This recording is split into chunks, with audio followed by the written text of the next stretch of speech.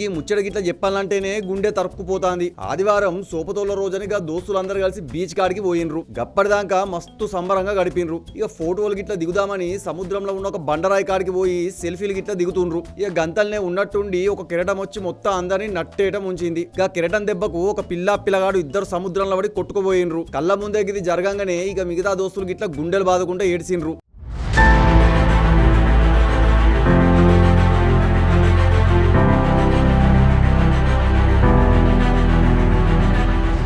ఈ ముచ్చట విశాఖపట్నంలో పెదగంట్యాడ మండలం ఉన్న పాత గంగవరం బీచ్ల గిట్ల జరిగింది. సోపతోల రోజని పొద్దుగాలనే కొంతమంది దోస్తులు కలిసి ఇక బీచ్ గిట్ల పోయినరు. వాళ్ళ సంబురానికి హద్దు పద్దు లేకుండా మస్తు ఖుషిగా గడిపినరు. ఇక సముద్రం కిరటాలను చూసి మస్తు ముచ్చట పడ్డారు. దగ్గర గిట్ల పోయి అందరు కలిసి ఫోటోలు దిగాలని అనుకున్నారు. సముద్రం ఉన్న ఒక బండకాడికి పోయి సెల్ఫీలు దిగుడు షురు చేసిండ్రు. గప్పుడే ఉరుము లెక్క కిరటం వచ్చి వాళ్ళ మీద పడ్డది. అంతెత్తు మీదకెళ్ళిగా కిరటం రాగానే వాళ్ళకి ఏం సమజ్ కాలే. చూస్తుండగానే ముందుగాల నీతు అనే పిల్ల సముద్రంలో కొట్టుకొని పోయింది.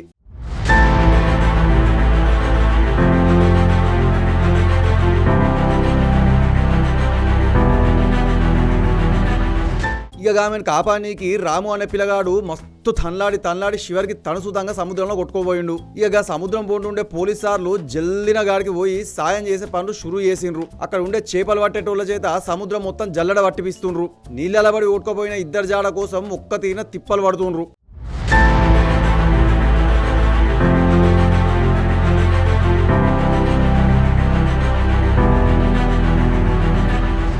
ఈ ముచ్చట గిట్ల తెలవంగానే వాళ్ళ ఇంటోలు సుతంగా ఒక్క తీరున ఏడుస్తుండ్రు. వాళ్ళను ఓదార్చడం వాళ్ళ సుట్టపోలు వాడకట్టోళ్ళ తరం సుత అయితే లేదు. ఇక మనం ఎన్ని చెప్పుకున్నా దోస్తులతోని సంబురంగా గడుపుతుండగా గిట్ల నీళ్ళలా కొట్టుకోపోవడం అయితే గుండెను మస్తు పిండేస్తుందిలా.